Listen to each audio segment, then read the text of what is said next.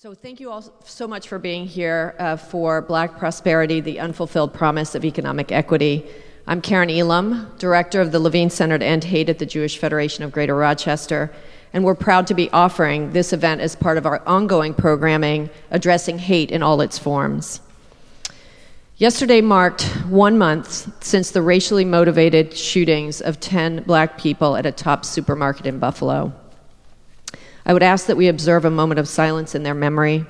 We also remember the children and teachers of Robb Elementary School in Uvalde, Texas, and the many victims of gun violence in Rochester and around the nation.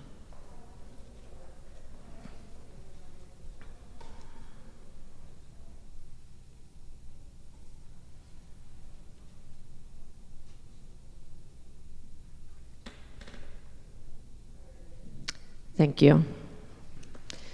Before we move into the program, I have a few housekeeping items. I'll just reiterate what the young woman mentioned. Please silence your cell phones.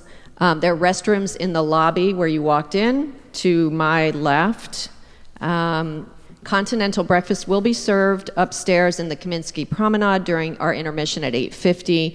To get there, you can either walk up these steep stairs, or you can take an elevator that is on the first floor behind the security guard station. Also, please note, no food or drink allowed in the theater. You'll find 2 index cards in your program. You can use these to write any questions that you have for each of the 2 panels. Please just hold up the cards once you're ready and a staff member will collect them. I'd like to thank the elected officials that have joined us today. Mayor Malik Evans, who is right here.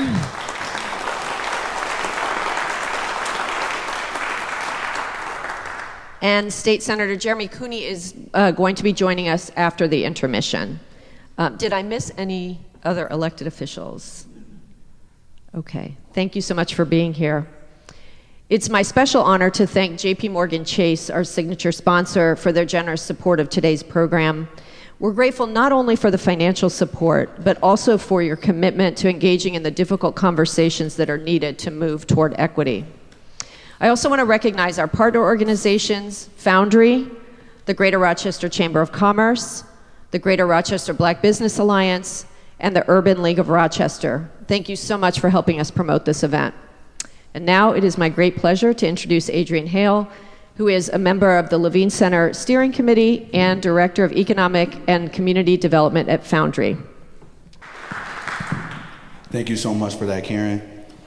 Thank you all so much for being here. I'm super excited to have this conversation, and we could not assemble for you a greater panel of folks. But before I introduce the panel to you and start this dialogue, I want to just set the context, right? Go back to 1964, July, in this great city. There is the unarmed African-American man up on the northeast side of Rochester who was handled wrongfully by a law enforcement official. And people immediately react to the injustice that they seen in that moment, but it really was a compounded moment that has probably been adding up over decades since the Great Migration North. So take this first panel from that perspective for just a moment. Also think through, fast forward to today, how many of the issues that African Americans have faced are still present even in this city. We know that Rochester just a couple years ago was the 2nd worst congressional district in America for African Americans, the 16th worst city in America for African Americans. And I really want you to examine this first panel to ask yourself 2 questions. Over the past 6 decades, what has been impeding the progress of our African American community? And also, post the George Floyd murder, how can we ensure that the promises that have been made by our business community and by other philanthropic efforts, how do we ensure that they produce the outcomes that we desperately need them to achieve? So, I want to introduce to you all our panel. First is Dennis Bassett, former assistant to the corporate vice president of Kodak. Just raise your hand. Bob Duffy, president and CEO of the Greater Rochester Chamber of Commerce. David Powe, president of the Greater Rochester Black Business Alliance, and Dr. Ruth Scott, former Rochester City Council president and board member of the Rochester Business Opportunity Center.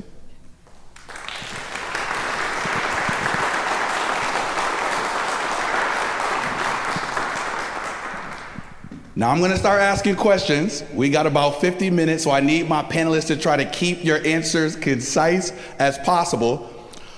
But just really quick, so this riot breaks out in Rochester, and immediately Xerox, Kodak, Bausch & Lomb, they try to respond in something that I'm gonna call the Rochester reaction. Now, some characteristics and features of that is a community capitalism, one in which it's mission-oriented, and those on the receiving end are expecting that it helps the broader community. Also, diversity, equity, and inclusion efforts within those organizations to hire more folks and give them what folks called at that time prideful jobs. And last but not least, a cooperative mentality where there was a company given to Rochester residents of color who were in poverty at that time so that they can have some decision-making power over the business that they would run and start. I want to start with Dr. Ruth Scott. Talk a little bit about what motivated the asks of the Black community in Rochester of these business and corporate giants at the time. What was the motivation behind that? That's a hard question to answer. But one of the things that has often, I was not here in 1964. We came in 1969.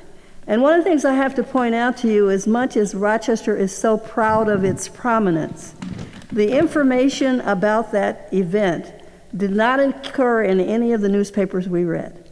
We were in the southern part of New York State, and we read always the Buffalo News. Nothing in the Buffalo News about this event. So even though it was not an unusual event across the country, it was certainly not noticed that much by others.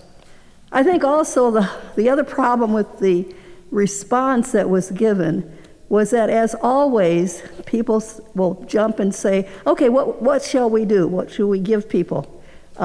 Which is the wrong attitude to have anyway. It's not what you should give people, it's what you should have done all the time. That is open doors, open opportunity. People were not hired when we came here at Kodak at all. They were hired, if they were hired in positions like janitorial positions, and some occasionally in security positions, but never in any kind of up the ladder type of thing. So I think the response was, at best, a puny response, and one that actually got a little more smaller over time, and therefore never solved the problem. Number one, there was no focus on what is the problem. Number two, there were no benchmarks set as to how are we going to know when we've done what we said we were going to do. And number three, there was no recalibration of where we should be when we got to that place. That would be my initial response. I appreciate those sentiments and how you enumerated the things that were not done in accordance with these courses of action that were taken. I would imagine, Dennis, that your job at Kodak was probably a product of these efforts taken by the organization. Can you just talk through what was your experience like early in those days? Obviously, there's already a legacy. There's some tension between Rochester, Franklin Florence, Fight, Kodak. What was it like being an African-American man in the organization at that time? Well, I think the thing that we should understand is that Kodak in Rochester, New York was not an island unto itself. I worked 18 years at Eastman Kodak Company. I worked 7 years at IBM. I worked 16 years at Bausch & Lomb and 8 years at Ortho Clinical Diagnostics. And my corporate experience was the organizations were pretty much the same. Kodak tried. I'd like to say that regardless of what the senior managers feel they need to do, nothing happens if middle managers don't put words into action. And I think the key there is Kodak did not subscribe to a diverse group of people solving a problem was a lot more comprehensive than a homogeneous group trying to solve the problem. Never bought into that. And if you don't buy into that, you're not going to value and embrace diversity. Kodak never did. Never did. And I left Kodak after 18 years, and I guarantee you there was probably a handful of people at the organization that reached the level that I reached. And that is sinful. Bob, I want to shift over to you because Dennis made some powerful points there about how even though leaders, when you say Kodak tried, Dennis, leaders might have had the greatest of intentions, but those intentions were not executed by middle managers, nor do I think those sentiments were shared by middle managers. As the leader of the Chamber of Commerce, who has membership throughout the Finger Lakes region, how do you see your role as trying to align what some leaders know have to happen with where their rank and file leadership throughout the organization might be? It's a great question. First, to add to Dennis's point, if you go back to 1964, which is 58 years ago, I was very, very young, had very little recollection, but the point that always struck me was Kodak and the big companies opened their doors then only after we had a huge civil disturbance here. So I think that Dr. Scott mentioned, you should not need pressure to do the right thing. So the right thing wasn't done back then. And I think when it happened, it may have been a reactionary issue, but was not really part of their deep-rooted philosophy. So from a business community, I look at the impact, I think the impact of discrimination in this community, the loss of income, the income inequality over the years, the poverty rates in Rochester. You look around, all of the things that we see every day, in many ways are a manifestation of decisions made long ago. And to Dennis's point, I always said Kodak, the problems of Kodak have always been not with their workers, but pretty much with decisions at the top. And if it was not such, a group that all looked the same and thought the same, it might have been very, very different decisions. From a business community, I think there has to be huge changes. It has to be driven down from the top. Leadership does matter. We are a community of programs. We're program rich and results poor. Plenty of programs. And when people do something that just for superficial reasons or to react, it doesn't go very far. It has a kind of a short lifespan. So it has to be driven down. It has to be part of the whole business strategy for businesses. And I do think people get it nowadays, but there's a lot of catch-up time. And looking at Rochester's statistics, and I think Mayor Evans knows as well as anybody, if you were to have done this 50 years ago and address some of these income inequality issues, the overall revenue, the overall economy, I mean, we lost a lot of money here. And we also, comparatively speaking to other communities, other cities like Atlanta, DC, Chicago, the black middle class in Rochester is relatively small compared to other communities. And I think that's also a result of decisions made in the business community. So from a Chamber of Commerce, we have great members, we have great CEOs, but it has to go beyond just talk. It has to go beyond just, we'll talk about DEI later, but, programs are great. It's the results that matter. And it has to, as Dennis said, it goes far beyond the CEO. It's mid-management, down the frontline supervisors. It has to be, embraced philosophically by everybody and reinforced. If not, it's going to fail. Some important points there, especially around a programmatic approach to solving structural and systemic challenges and problems. David, as the president of the Greater Rochester Black Business Alliance, how has your institution kind of seen where Rochester is as a result of this complicated, heavy legacy of segregation, of marginalization, and the denial of opportunity and the absence of an equity of opportunity? How do you all at the GRBBA see your role in trying to improve those conditions that Black entrepreneurs and business owners face now? So thank you, Adrian. The first thing I'll say about that is I want a full disclosure. I wasn't here. I'm a transplant to the area. I showed up here in 2007. So what I saw was the result of 50 years of what the reaction was to the riots. And what I learned when I got here is that, the key things that were never addressed, and still a very difficult conversation which we're trying to have here, is we never address the issue of racism. Right? That is one of the big keys, is that even organizations from top to bottom, when you have a leader at a CEO of a large company who wants something to happen, but they want to do it programmatically, the systemic racism, and I'm really not referring to the common sense racism, the bigotry, and those kind of things. I'm talking about the systemic racism that holds organizations back, was never addressed. And that's what I see different happening now, is that we're willing to start having more conversations. It still isn't enough. And that's the other thing that I talk about. It's about critical mass. How do we get to a critical mass?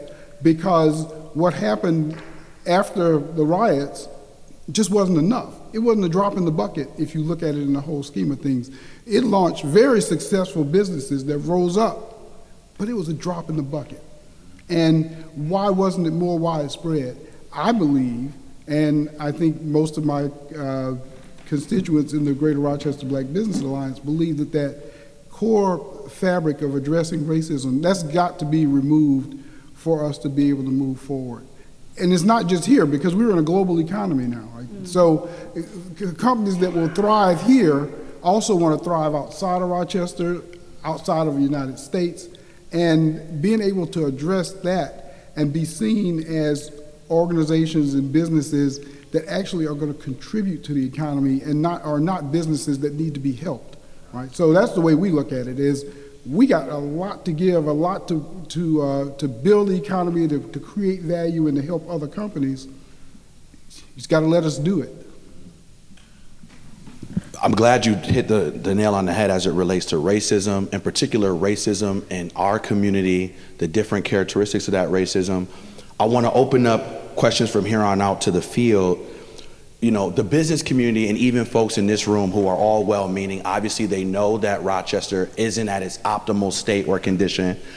What are some of the concrete, measurable courses of action that can be taken by different leadership, you know, different leaders within Rochester, different associations and institutions? What are some of the concrete courses of action we can take to start to deal with remediating what exists now because of what has happened, but to also ensure that we start to produce systems of equity moving forward?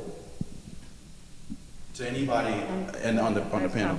Well, one of the challenges, I think, is that everybody finds themselves comfortable with things being like they've always been.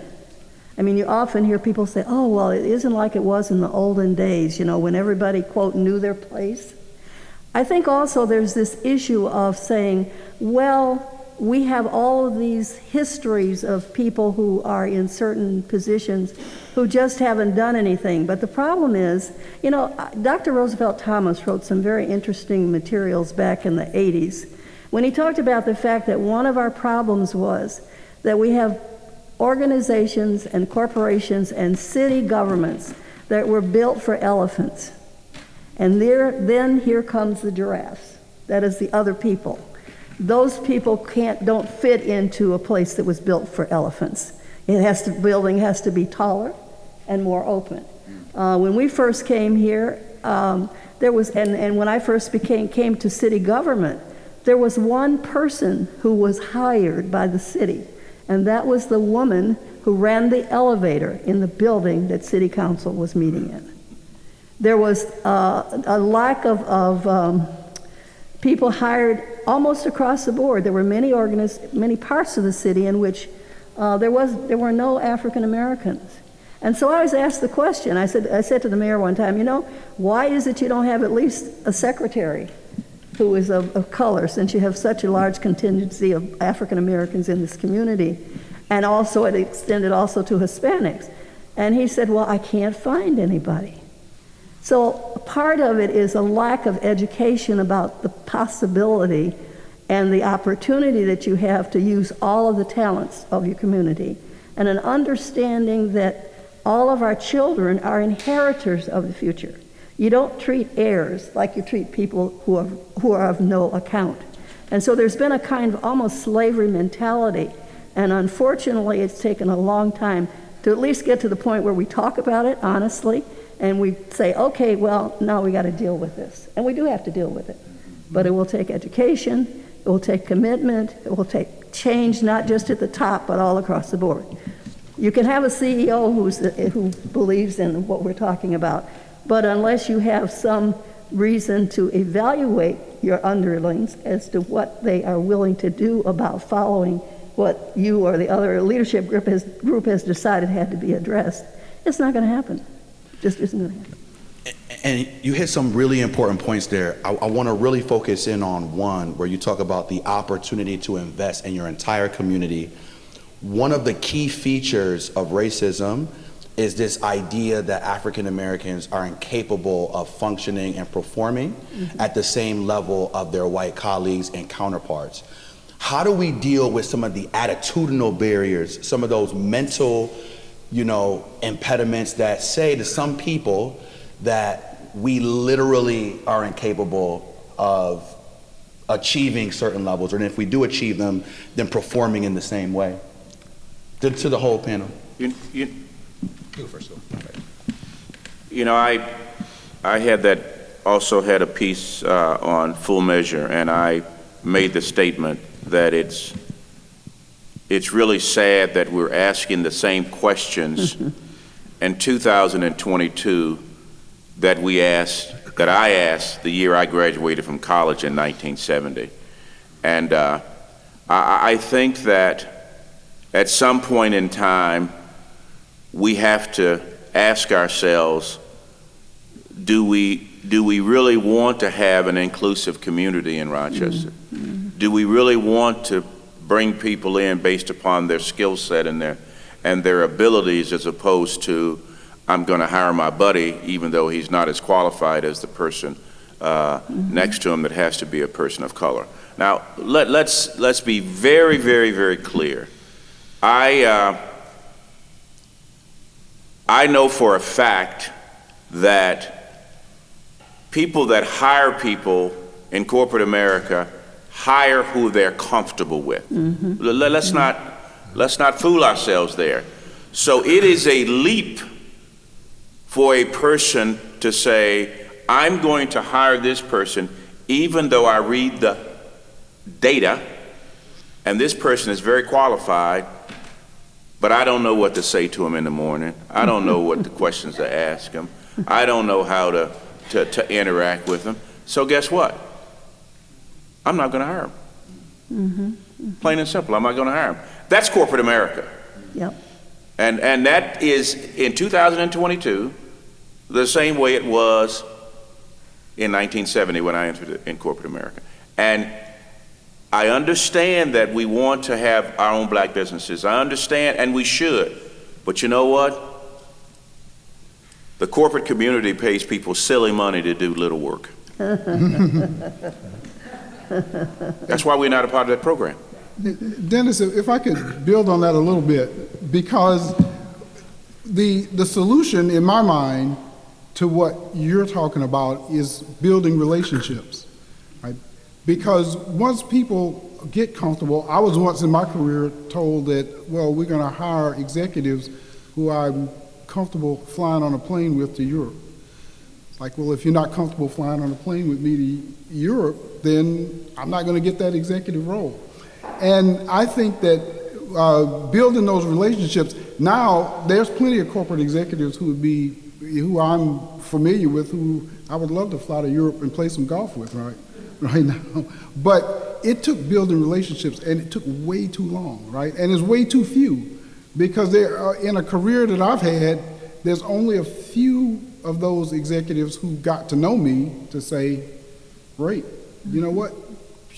Your qualifications put you in a position that you should be in. And I'm not afraid of your skin color. And I'm not afraid of what culture you bring to it. In fact, I can value that and turn that into more profits for my company. And that's what we have to get across to people. It's that understanding and getting people to realize that there's only one race. There's a human race, right? That's right. That's where we are. If I could add, Dennis and I were on Full Measure together, and one of the things I said was that we've seen this movie play out before. Rochester is known for having an egregious incident. Something happens, it's reactionary, programs start, a lot of energy, and then it dies after a short time, and back to normal. If you're going to change things, you have to change systems. You have to go deep in the systems. And again, Dennis mentioned biases in hiring. You have to look at your entire organization. Human resources is a big player in every organization. It does the hiring. So looking at your hiring practices, your retention practices, your promotional practices, those are all key. And as a state, we have found at the chamber, you have to, first of all, we have to support our own. There are a lot of businesses run by people of color in this community that are not supported locally. There's at least 3 CEOs that I've talked to that the bulk of their business is out of state, in North Carolina, Georgia, Tennessee, Ohio, but not in New York State. The MWBE certification process, if you want to be certified to get contracts, I think it's taken at one point up to 2 years to get certified. They often sit on people's desk. So people are waiting to start a business, and you can't get a contract with a city, county, state unless you're certified.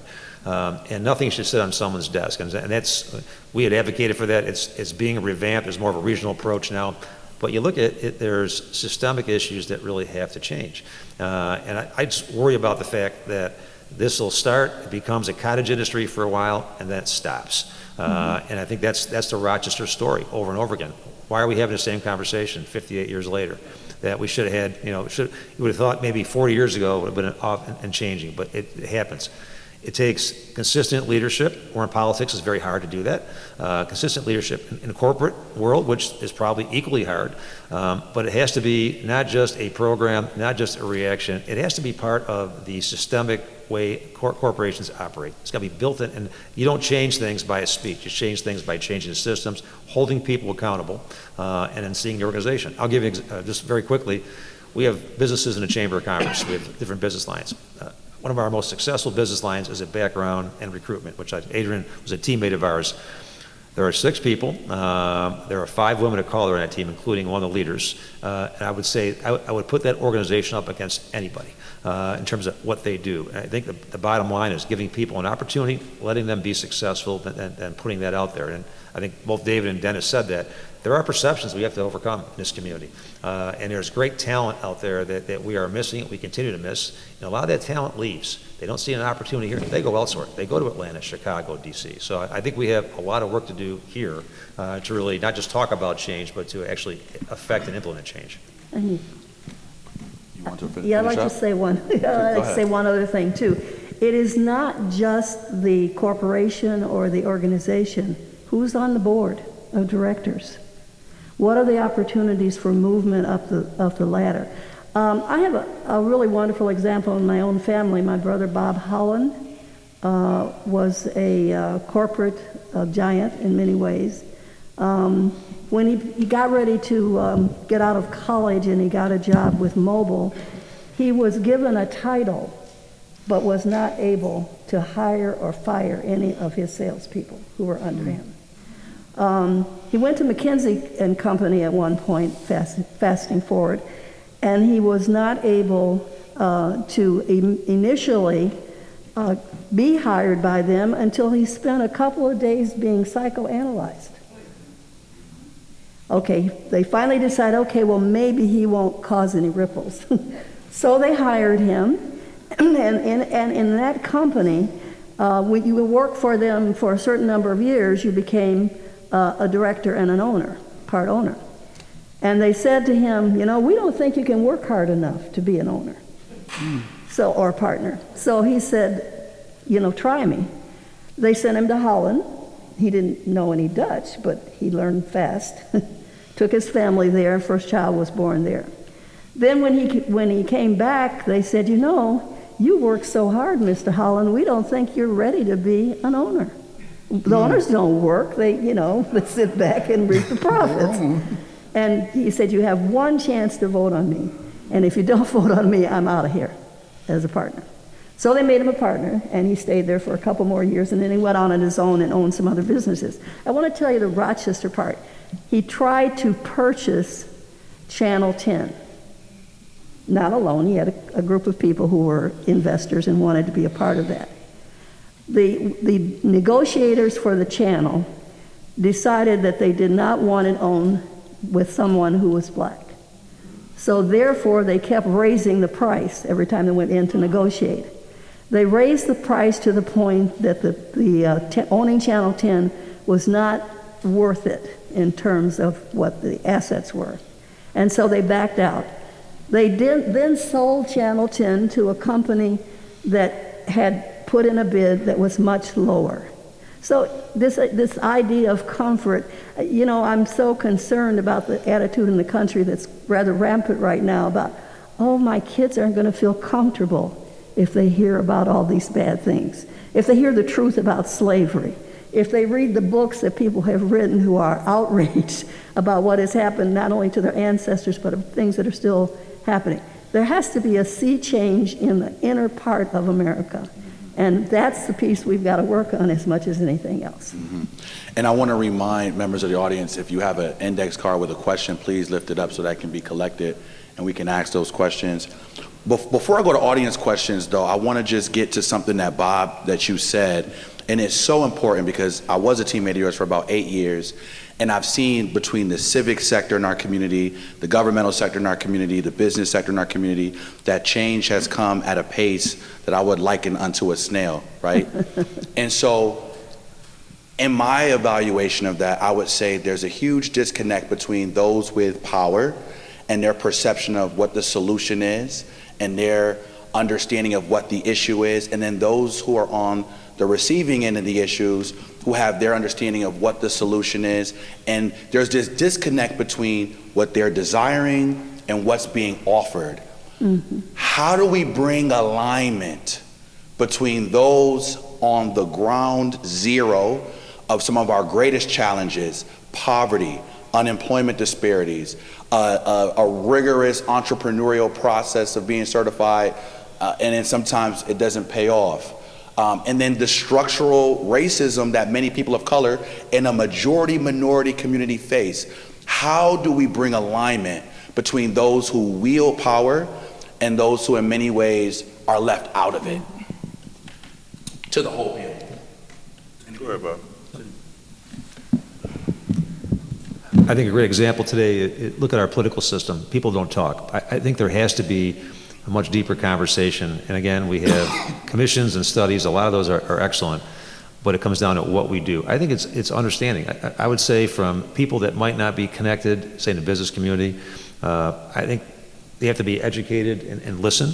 I saw one of the notes, this pressure work. I think you should never pressure people to do the right thing. I think people need to be educated and understanding. And sometimes sitting at a table and listening to perspectives of friends and colleagues changes that thought. So it has to go, to me, it's about true change. It is about driving a change throughout the organization, getting people to believe in it, holding people accountable.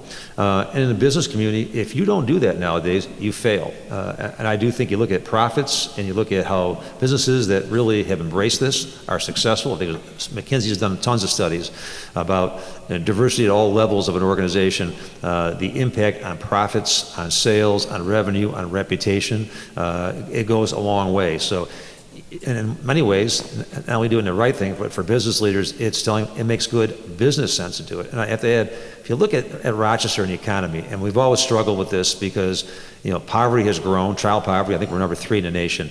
If you were to go back 3 or 4 decades, and things were done back then, and where there was a much greater, equalization of pay and jobs, and these opportunities were there, we'd be a whole different community, we'd be transformed. So if we're going to look at the future, and I think there's a lot of great things going on here, this really makes the greatest economic and social sense to do, and it should be embraced by everybody. And it really, and not just business. Let's go back to schools. I think it starts in schools. It starts with children, how they're prepared for the workplace and working.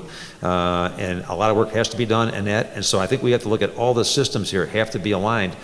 And I don't think they are. There's a lot of well-intentioned organizations and people here, but I think we look at ourselves, and I think we're doing pretty well, but we have a long, long ways to go. And it takes business, it takes government, it takes really the entire community.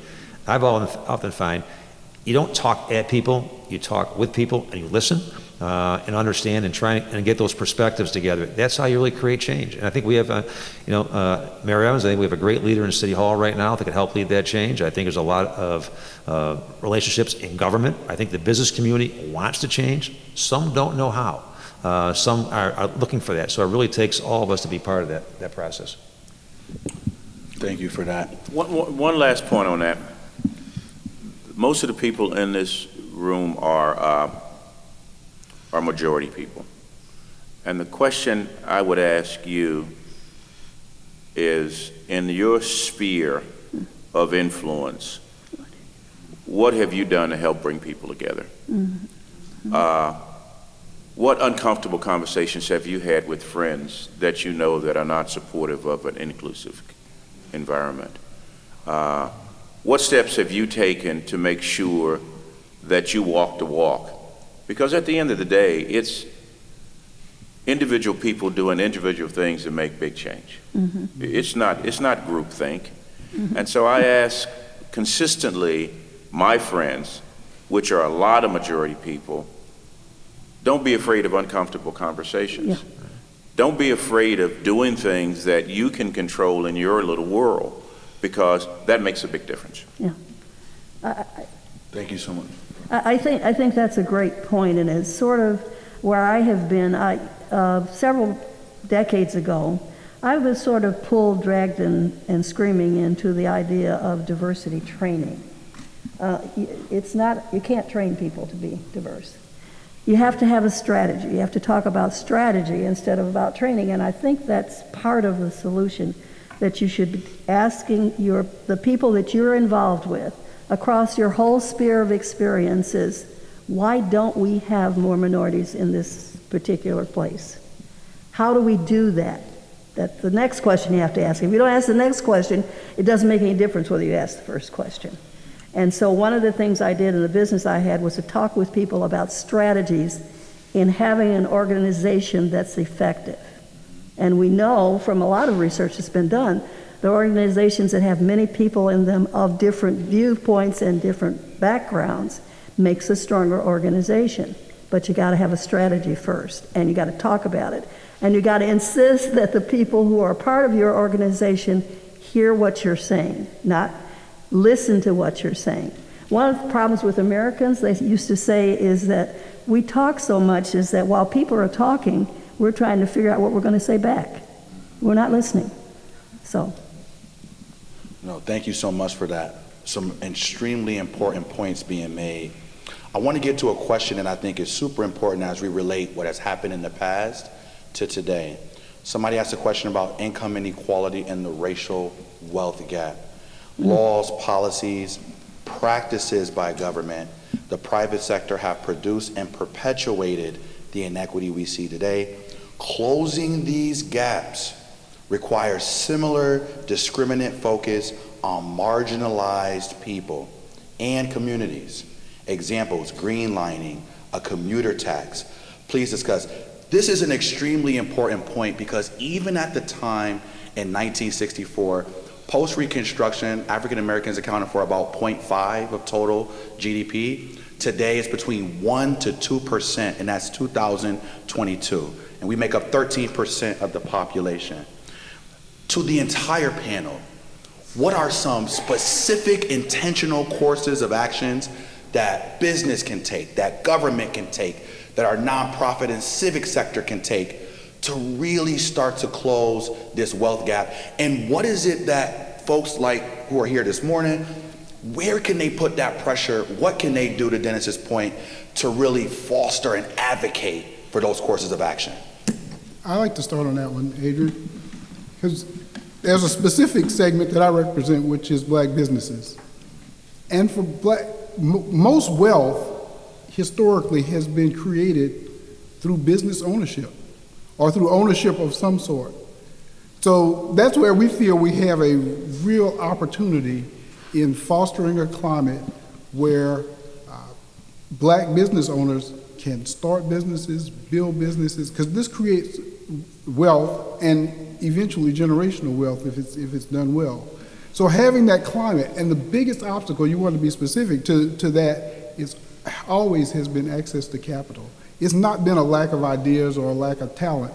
In some cases, there's a lot of education that needs to go on, but it's how do I get capital, and how can I get that capital at the same rate and pay the same kind of rates that the competitive businesses are paying, because that's how you get started in that business and let those ideas flourish. So, where are our institutions that can provide that kind of capital, the kind of capital to grow big businesses from small businesses? So your point, I hear we need to bring some of those institutional stakeholders together and make those asks clear. Or find some new institutional stakeholders, right? Or find somebody who's willing to go in the community. Like, why don't we have, black private equity and black-owned banks that are resident in our community? I mean, if nobody else wants to do it, they'll do it. And in 2022, perfect question, right? In 2022, why do these institutions not exist? And that's to the whole opinion. I'm not just putting it on you, David, but to the whole opinion, why don't these institutions yet exist? I'll also give a quick answer and then turn it over to the rest of the panel, but my answer is we faced all kinds of systemic racism that has prevented these kinds of institutions from flourishing. By the way, if you go into some of the bigger areas, if you go to Atlanta and New York City, they exist, right? We just need them here.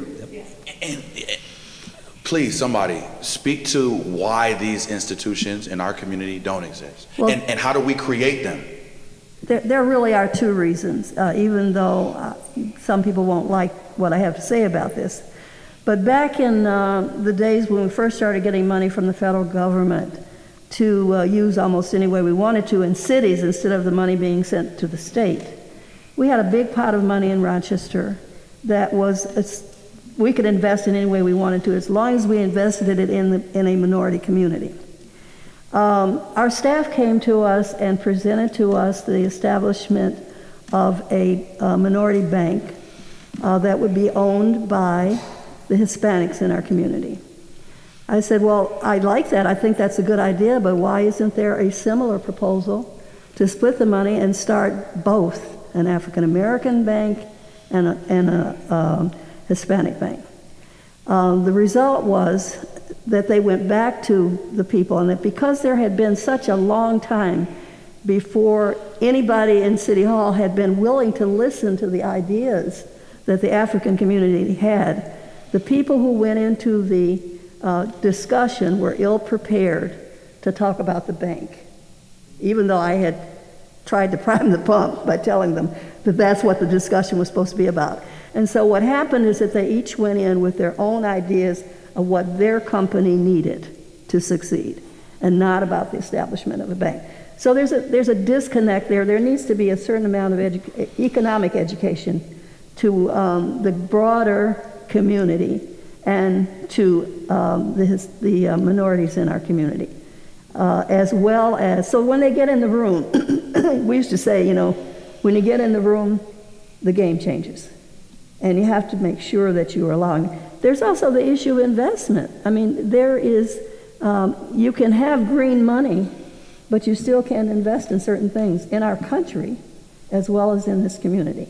There's this fear among a lot of, I think, companies that we don't want competition. That has been one of the problems Rochester's had for many, many centuries.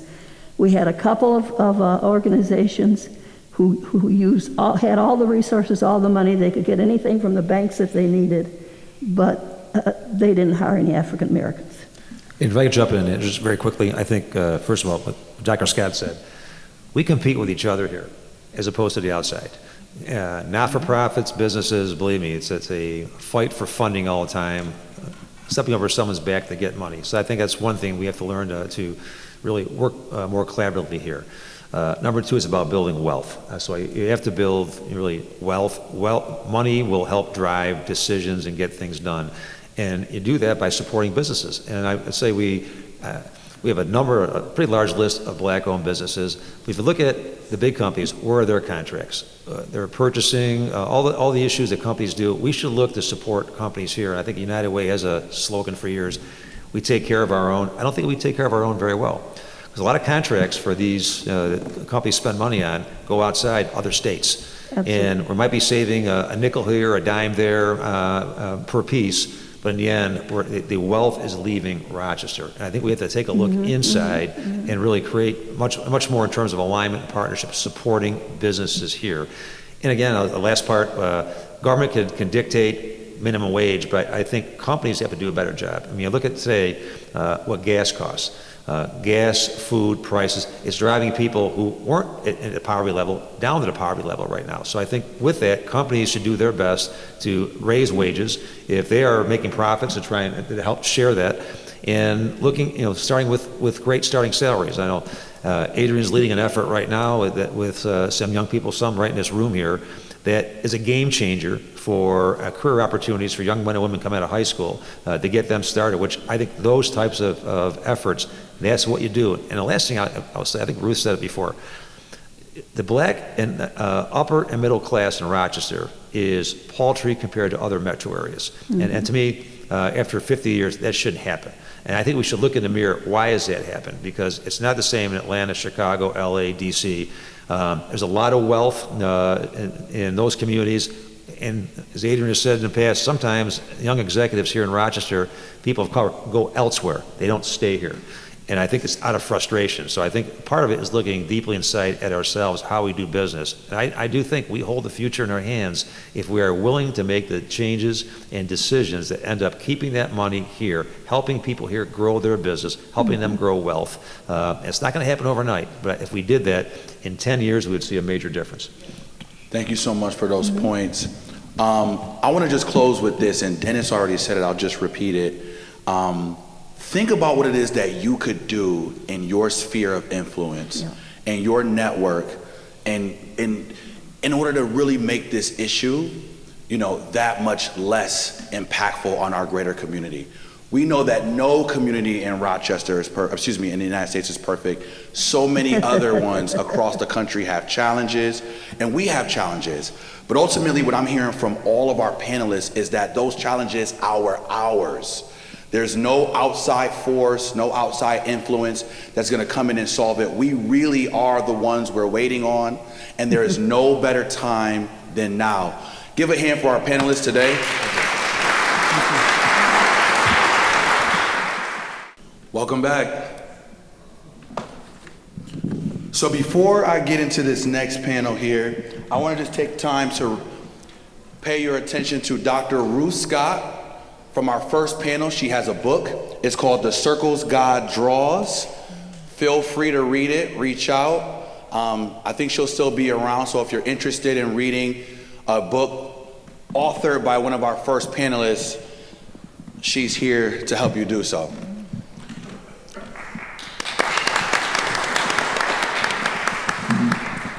First off, I love this bunch. You all have so much energy, so much to say from that first panel, but now we're gonna kick things forward a little bit. We understand the context, we understand how Rochester got here, but now joining me is 3 different panelists who represent our future, who in spite of some pretty difficult conditions, are in a position where they can make all the difference and have seen some success, hoping and pushing for more. I want to give each of them about 5 minutes to tell you a little bit about how they got to where they are and their name, and then we'll start the panel. Starting with you, Melissa. Good morning, Melissa Geska. And I do mean 5 minutes, y'all. Okay. Now, why'd you have to say that when I start? Like you know me or something. Thank you, Adrian. Melissa Geska, and I'm president of U.S. Ceiling Corp. We are a commercial construction company in the Rochester area. I've been in business 21 years. And really, for me, construction has become a really powerful platform to be able to provide some workforce development, job readiness, skilled training for priority populations, and really using that as my mantle. And I'm very blessed. Many of my team members are present, and they bring the intentionality around diversity to everything we do within the organization. So I think for me, the journey's been long, very interesting. I think I have often learned things the hard way or the challenging way, facing adversity.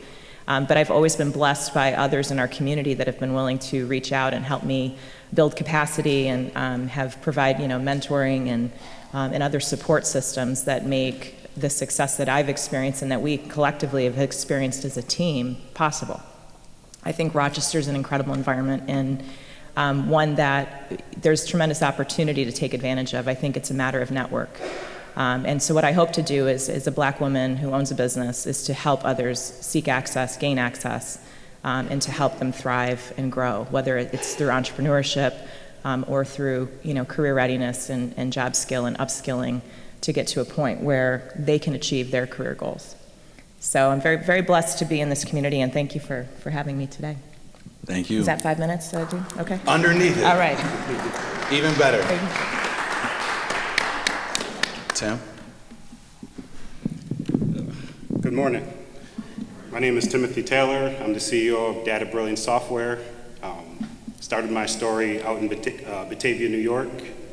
I started as Taylor Software Co. right out of high school.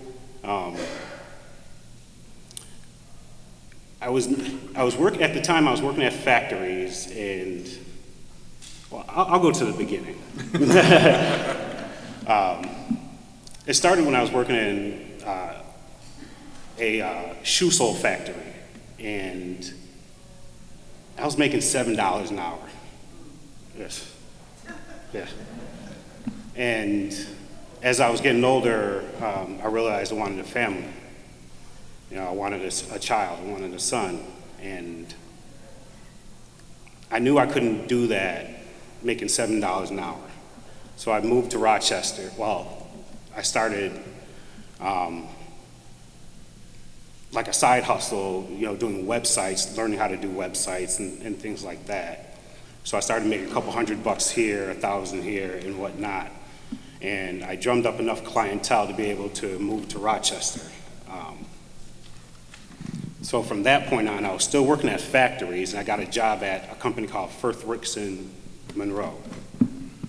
And from there, I was working in the, not the engineering department, the inspection department, and realized I went back to the same habit of working 110 hours a week while making only like $13 an hour.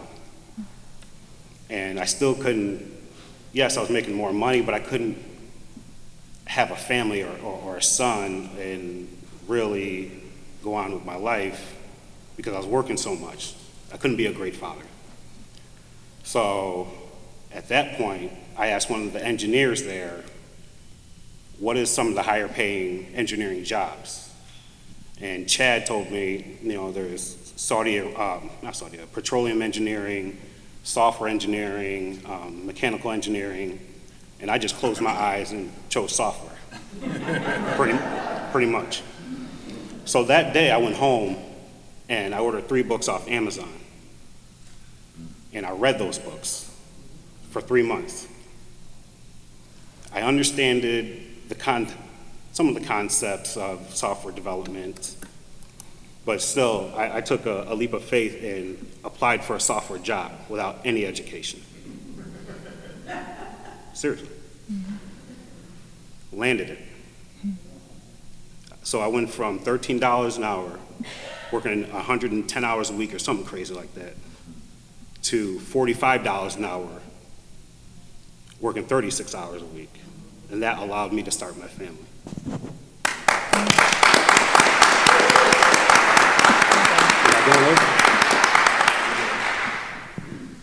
So that started me in software.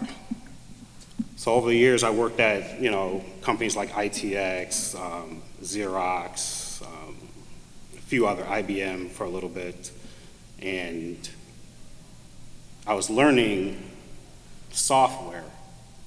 Well, actually, Xerox was the last job that I worked for at an actual employer. Once I got to Xerox, I wasn't interested in learning software. I was interested in learning the business side. So yeah, they brought me in as a software manager, but I cared more about the business side of things. So once I got there, learned the business side of things and realized I'm going into entrepreneurship. So we'll leave it right there and save the rest for my bad. The panel. Yeah. Chris. Good Good morning, everybody. Good morning.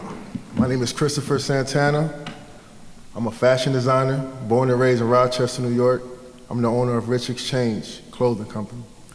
I'm just, a kid from Rochester, New York, dropped out in the 9th grade, went back, got my GED in prison, wanted to turn my life around, and the best way for me to do it was to, become a business owner.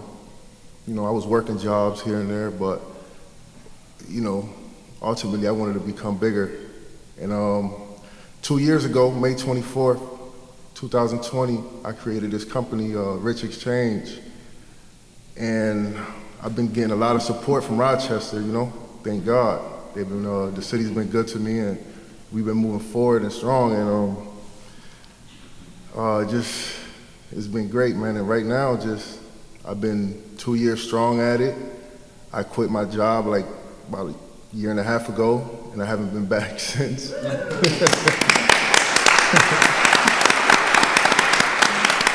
y'all. And so pretty much what I want to do is, I just want to inspire other inner city kids and let them know that you can also do this as well. Just apply yourself and don't let up and stay consistent,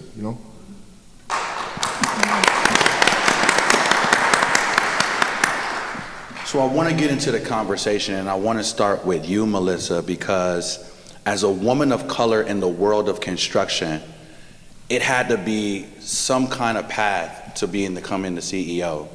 We know after the last panel, the attitudinal barrier, the structural barriers, just the way the organizations operate, all of it was against you. How were you able to become a leader in an industry where not only are you underrepresented, but oftentimes if you are there, you're in a role that is not critical to the organizational mission? Yeah, so that's real. I think I am very blessed from the perspective of my now ex-husband had been in the industry for many years. And so my access point came through the privilege that he experienced as a Caucasian man, but also as a man that worked really hard. So I'm not taking anything away from him, he earned everything he had.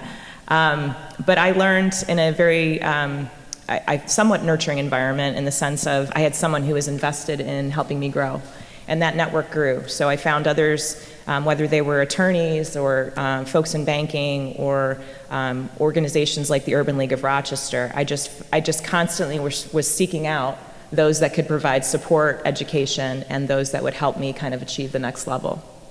I can tell you that my ex-husband left the business now 3 years ago. And last week I was at a client meeting, and the comment was made that the perception, when I asked about our company and how we were perceived within the organization, the comment was made that when my ex-husband left the business, the understanding was that the competency left with him.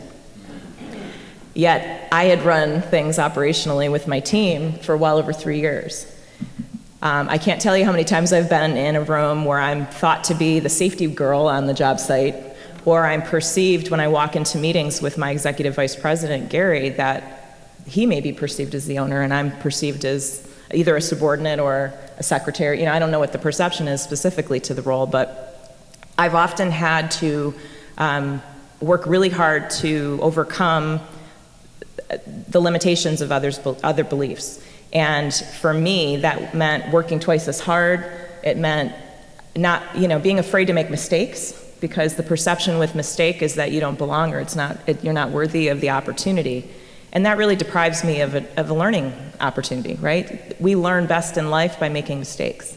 So as a woman of color, being in a position where I feel as though I can't make mistakes, I'm already at a disadvantage. So for me, the way I've leveraged those challenges is to try to become that opportunity for others and make sure that I'm helping folks up. So we've created within our company a very safe platform to be able to subcontract to other minority-owned subcontracting firms who may not have all of the business acumen to run a successful business, but we provide that nurturing environment, whether it's helping them understand contracts or insurance. We take on most of the risk with respect to bidding the projects. We pay them every week so that they have the cash flow to operate their businesses. We help them understand the requirements, and we make things into bite-sized pieces so that they can capacity build in a safe environment.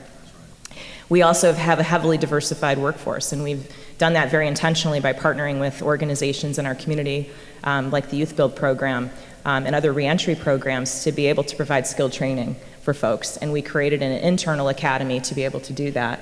As a result, we have well over 42% of our workforce are diversified, people of color, and most of which had come from, having very minimal income to now being able to purchase their first homes. We work with them on, financial management and making sure they understand how to build their families successfully. And so I'm really, as a team, we collectively and as an organization, we are committed to helping people rise and in any way that we can. Tim.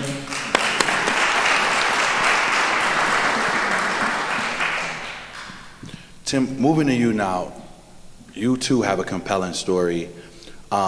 Talk through some of the things that you had to go through as a man of color trying to break into an industry and a sector where you too are underrepresented. And what were some of the things that you endured that you don't believe that you should have? Like, where did you see issues and breakdowns that shouldn't exist? Issues and breakdowns came from, once I started my business, getting through the door to be able to talk to them, like companies like L3 Harris, Raytheon out in California, Dallas Police Department. The door was slammed on me so many times, and I realized, and I'd go in there well professional, once, if we're talking about software development and solutions, I know my stuff. And over time you realize, and with my background, I outbeat all the competition, but the door was still slammed on my face, or I didn't get the project. And you start to realize you're a black-owned company. But I was always persistent. So even though they slammed the door on me, I still went back to these companies. And now they all work for me, to be honest with you. And so you're already at a disadvantage being a black-owned, business. And, I was just persistent in because I need the bigger name companies, to be able to expand my business to where it is today, Just a quick follow-up, and then I want to get to you, Chris. What do you think persistence was able to teach them on their end? After having slammed the door so many times, why eventually do you think they opened it? Because they finally looked at, this man of color is really, he knows his stuff. He hasn't switched his stuff. Every time he came to talk to us, he's up on the latest technology. He knows the latest processes. He knows he follows our agile format that the company is married to. So eventually they opened the door up and realized I knew my stuff. I was backed by a lot of other bigger companies too as well, and they finally gave me the chance. Then it just trickled on and up, the word of mouth, like this black-owned company knows his stuff, and from there, it grew. Chris, you've also seen success in Rochester.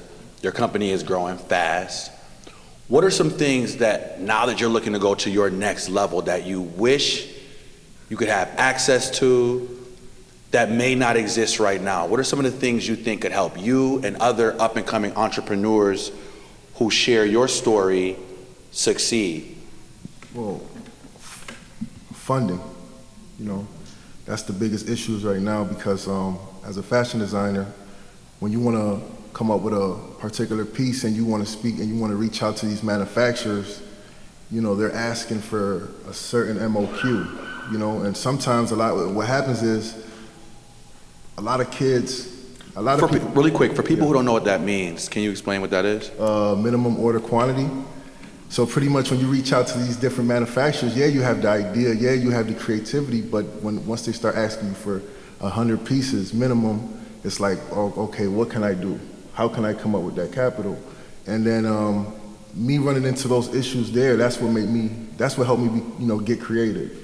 Let me go to these smaller warehouses and just print my logos on these shirts or jeans or whatever, and accumulate money and save up till I can get to that point. So I just say to any aspiring entrepreneur or fashion designer, and if you don't have the capital, just get creative with it. Don't stop. If you have to start at the bottom, if you have to go to Walmart to grab blank T-shirts or whatever it takes for you to get to where you want to get to, that's what you do. That's the question. Yep. And I agree with that. Get creative. A lot of things, over time, I started making an unbelievable salary. And I still was thinking outside the box. There's things I've done like yard signs for my software company. I'm sure some people have seen them around all the suburbs and in the city. A year ago, 2 years ago. So when people were running, like the city judges and all that, and all the councils and stuff, and they put their yard signs out, I got creative. I was like, I'm gonna purchase 5,000 yard signs and put them up while they're running for campaign. And there's probably people in here that don't frown upon it, but it is what it is. So I did that, and I put them between Buffalo, Rochester, Philadelphia, Syracuse, and New York City.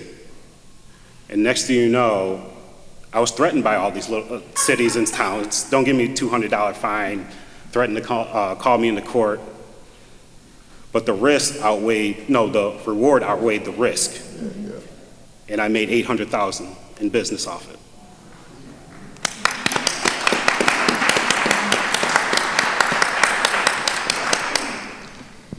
And with that being said, right, we understand that there can be exceptions to the rule. We understand that all of us have experienced some level of individualized success that many of the folks who share our lived experience and our backgrounds don't get to experience. And going back to Chris's point about funding, that's huge. The article that inspired this whole talk from the New York Times, Matt Augustine, the CEO of Eltrex, talked about his financial loan interest rates being much higher than some of his white counterparts. To the whole panel, what are some of the systems changes to institutions that you think will level the playing ground for businesses of color with some of your white colleagues? Well, I think it boils down to economics as well, and particularly in the contracting realm from a procurement perspective. So a lot of times projects that we perform on or that we bid on are funded by state and federal governments, and with that goes goals for minority, both company utilization from a procurement perspective, but also workforce utilization, that they want people of color and women working specifically on the projects. It's an amazing thing. I can literally tell you I would not be here today if not for the MWBE program, because they need me.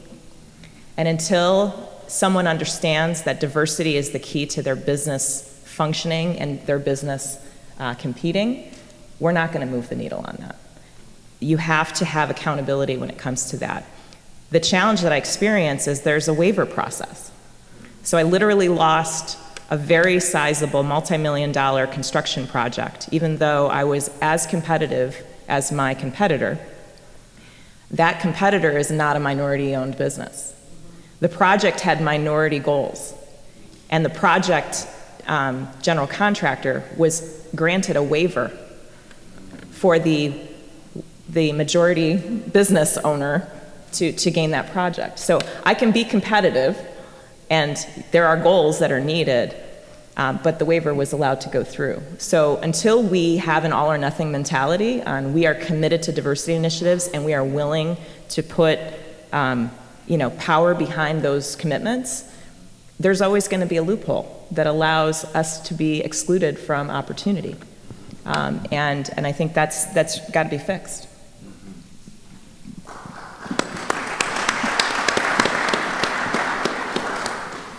And that is where I think we need to focus our attention, because in the first panel, David talked about a critical mass and about getting us all on the same page as it relates to those who are adversely affected by the way things are.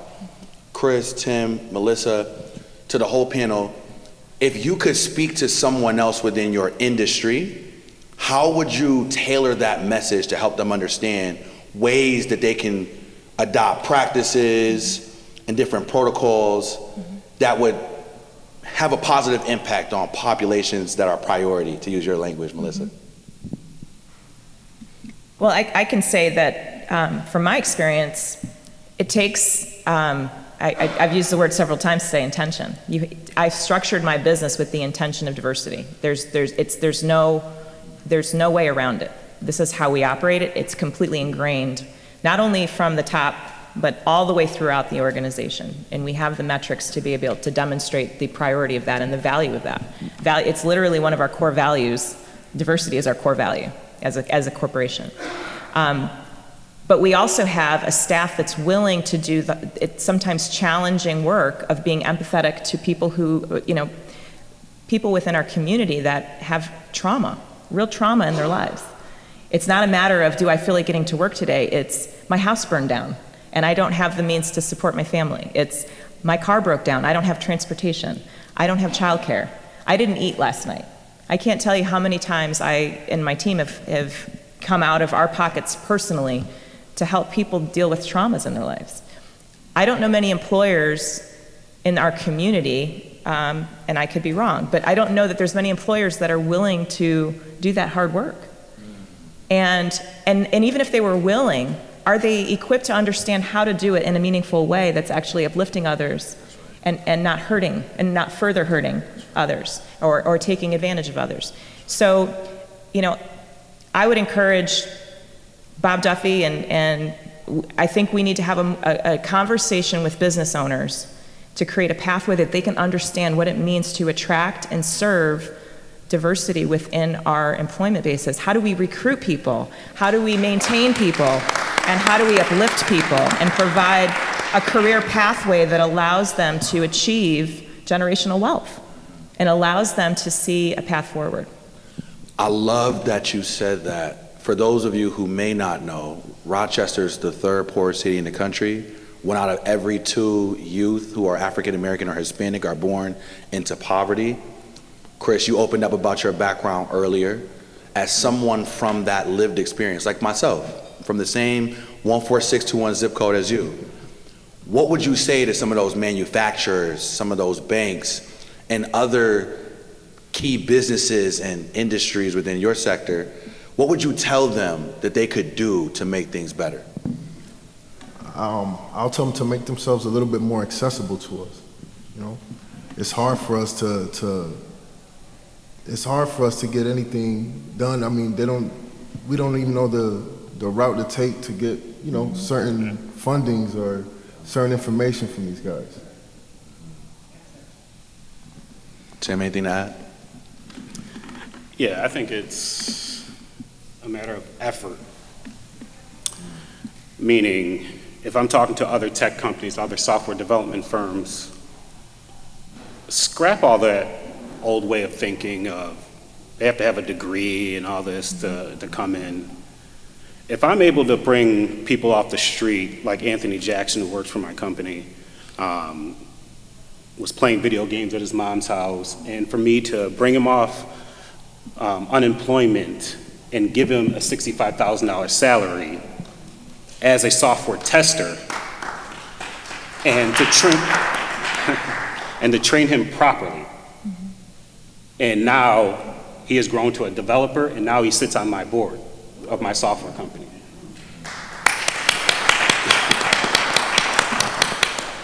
So, and that's the message I would relate to other tech companies, and Anthony is a black man, and to scrap those old ways of thinking and really go out in the community and really bring people of color in, because a lot of these jobs they require a degree, but they don't really need it. They don't need it, Right. So, and just, I see how I came up, minimum education, learned all my experience through work experience, and entrepreneurship through studying Xerox and just taking a leap of faith. And weaving what you all are saying together, because Melissa, you talked about the intentionality, you talking about effort, Chris talks about accessibility. The reality is in Rochester, our population is what it is. Whether it's the poverty or the fact that we're a majority minority community, it is what it is. And just talking to 3 people who've overcome the obstacles that are in front of many people who share your identity and lived experience, what are the issues? In your opinions, why is it that we continue to be the exception and not the rule? Why aren't there more Christopher Santanas and Timothy Taylors and Melissa Geiskas? Why are there not more?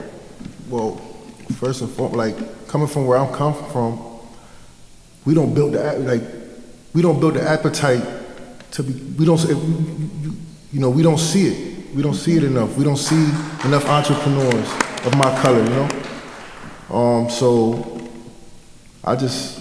that's why I'm doing what I'm doing now, because I want to be the change. I want to be the person that they look at like, hey, you know what? He done came off the streets and look at him. He's doing it. Let me give it a chance. Let me give it a shot.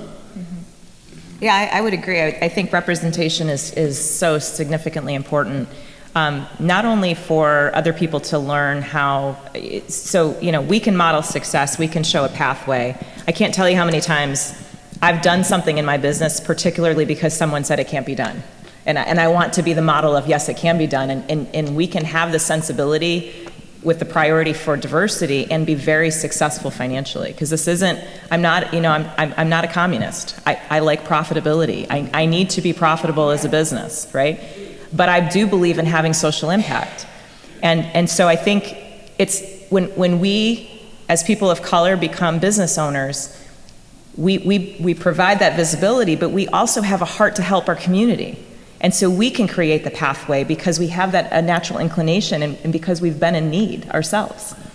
And building on that point, do you feel as though, I'm not sure, but I'm imagining many of us are, first generation. Do you feel that the weight of that work should rest on your shoulders? Like when I think, Melissa, you brought up the Chamber of Commerce and there's all these other institutions. Should that weight rest on your shoulders to have to do this social impact work? Could the bigger institutions not do more? Could the greater stakeholders not do more? And if so, how do we gain alignment with some of the efforts and work that you all are doing and the absence of what's not being done? Yeah, no, there's a tremendous representational burden. I'm often the only woman or the only person of color or the only black person in most board settings that I serve on, 7 boards in our community. And that burden is real and that fatigue is real. And it becomes a concern about, is this performative, right? And so I feel my God-given gift is to speak up and use my voice to affect change. So I feel the responsibility of that. But it has to rest with all of us. We as a community are not going to move the needle unless we have majority people stepping up to insist, why are there not more black people on our boards? Why are we not doing more business with minority-owned firms? Why are we not providing access for people to have career advancement within the organization? Why do we not, I could go on and on and on. But we have to ask for more, and we have to ask the questions and live in the discomfort of challenging the status quo and being willing to face whatever backlash may come with that. It won't be popular at times. You may lose invitations for dinner at Uncle Tom's house, but you know what? You're gonna change things for the better for our community. And frankly, from an economic perspective, just looking at the numbers, if we don't understand that we need to tap into our community for priority population engagement and workforce, we're gonna be out of business because we don't have workforce in most of the sectors in our economy in Rochester. So if we don't start changing our thinking about how we're recruiting people, how we're training people, and how we're willing to evolve our understanding of our economy, we are gonna be in dire straits. We already are. And we are. And building on that point, because I think it's extremely important, how do we ensure, because obviously we don't want this conversation to go without any action. And full disclosure, I'm 33. the fact that I have to be having this conversation is already a problem, right? That if there's so many generations and decades, my generation now, the millennial generation, has to still have conversations around equity and how do we close racial wealth gaps and all the other host of issues that plague our country and in particular this community. To you all, how do we make those demands to ensure that these kinds of conversations bear fruit?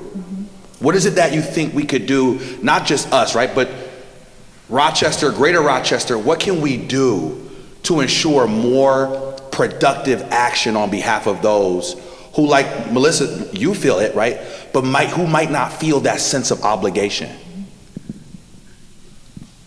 Well, if I'm speaking to the business owners of Rochester, I need them to use empathy and not sympathy. You know, I don't need a pity party. I need you to feel me as a black worker, as a black entrepreneur, and really give me a chance or to hire more minorities, you know, off empathy and not pity and symbolic gestures. I don't believe in that. And using empathy, you're more entailed to hire people and put people on boards and to create structures, pay structures that allow black people to raise up. Just simple empathy. You know, feel for this black worker, this black company that can't get a contract or a bid, or you know, let's say this black company that got denied of the MBE certification. Find a way to get them on a contract. There's always loopholes. You can get a company on a contract. So, and it still comes down to effort and empathy. That's what I believe in. Well, and I think everyone that is here needs to go back to their sphere of influence. That was stated in the first panel and brilliantly stated. Go back to your circle of influence and see, what do your surroundings look like? Do you see people of color? Does your organization offer a career pathway for all people that is based on equity and inclusion?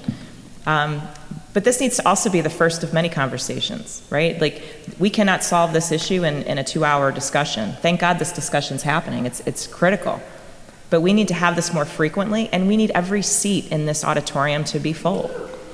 You know, where are the business owners of our communities? Where are other people in the community that need to hear this message?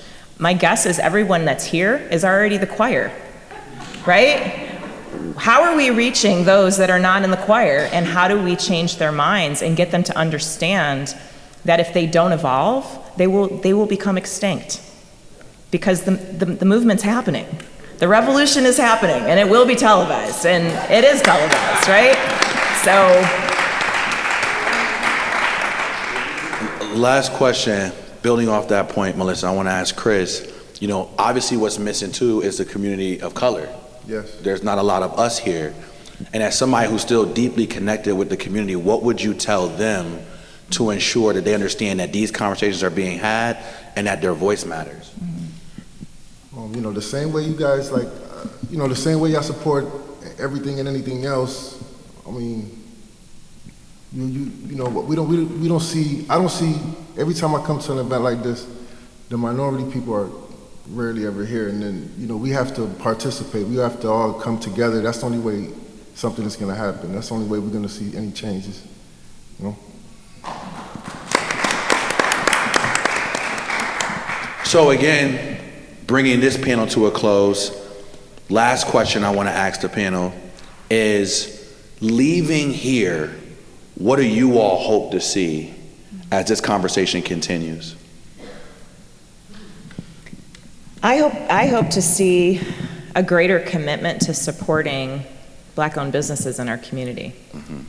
You know, for every person here, you should seek those businesses out and you should give them your business.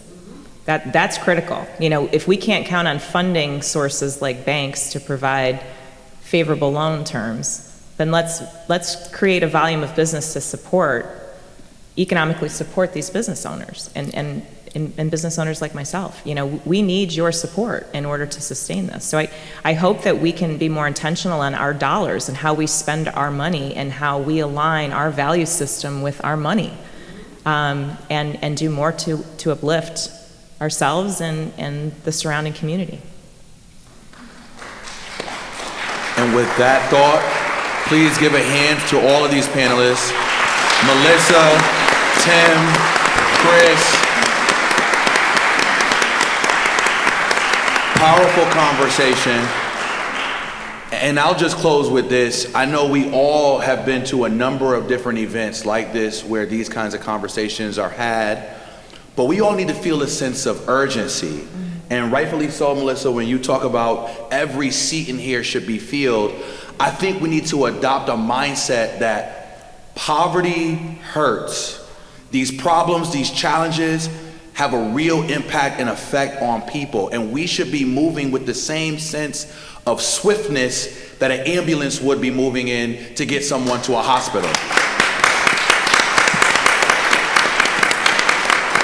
So let's all leave this event and move with a sense and a mentality of urgency. Thank you all. Thank you. So I just want to close with a couple of points. And again, I'm Karen Elam. I'm director of the Levine Center to End Hate at the Jewish Federation of Greater Rochester. I want to start by just pointing out that today's program, as you've so aptly said, highlighted the important role of the business community in creating the conditions needed to achieve equity. But in reality, everyone has a role to play and responsibility for ensuring that change happens. We are truly all in this together. The Levine Center welcomes everyone here to engage with us in whatever way you can, as a corporate sponsor, as a donor, as a volunteer, as a participant, as a workshop leader. There's so many ways. Please be in touch with us. You could go to our website, endhaterock.org, or write to us at info@endhaterock.org.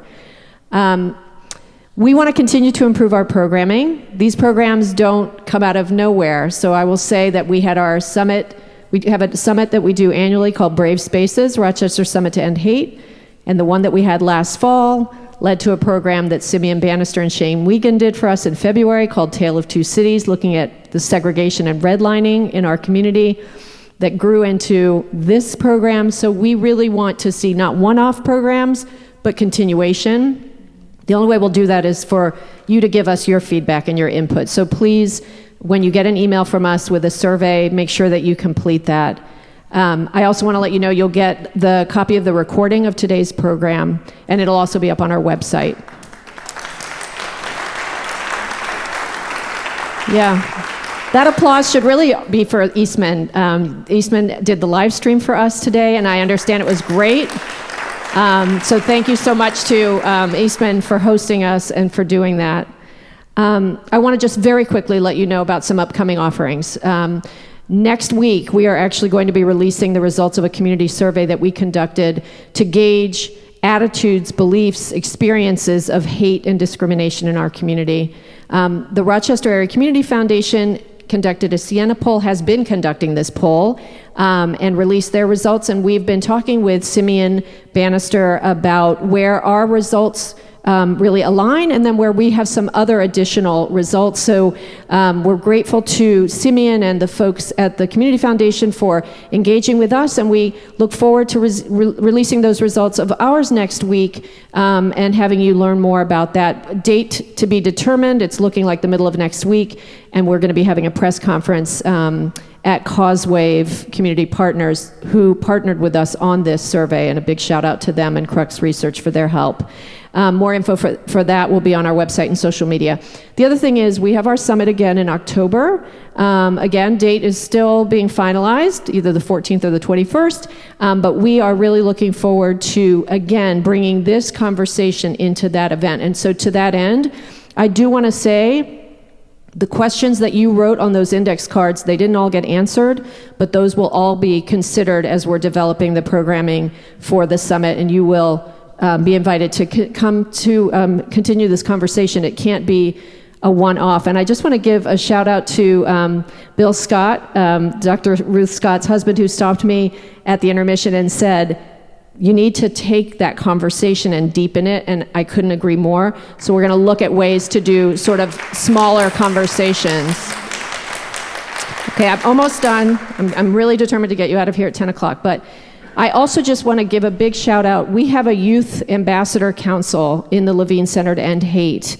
We have 8 young people that have worked with us this year, 8 young people that were from school districts in the suburbs, in the city, from charter to public, from School Without Walls to Brighton High School. Anyway, great group of young people. And Thomas Kyler is somewhere in the audience. Raise your hand. Thomas is our youth engagement coordinator. Maybe he's back in the back collecting bagels. But Thomas was responsible for putting that Youth Ambassador Council together. And Jacob Flores, wave, is at the back. Graduating senior from Brighton High School is one of the members of that. So I mention that because I think it is so critical for us to be thinking about the young generation and what they're inheriting, and what change we want to see them create. And we are going to be recruiting new members for that Youth Ambassador Council, so have people in mind and let us know. Okay, now, I promise, I'm going to get to the thank yous.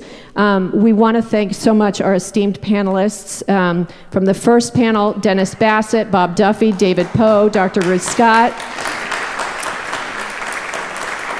From the second panel, Melissa James Geska, Christopher Santana, and Tim Taylor.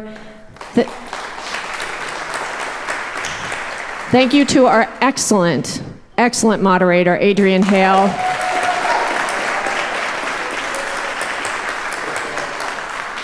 We are presenting each of you with a small token of our appreciation. Bold and Gritty Coffee and Nothing Bundt Cake, both local Black-owned businesses. I want to say a big thank you to our Levine Center Steering Committee and our fantastic staff. Charles C. Bickett, who's been walking around timing things and giving out these gifts. Chaz Goodman, who's our marketing manager. Victoria Pacheco, who is our program assistant extraordinaire. Thomas Kyler, who is our youth engagement coordinator.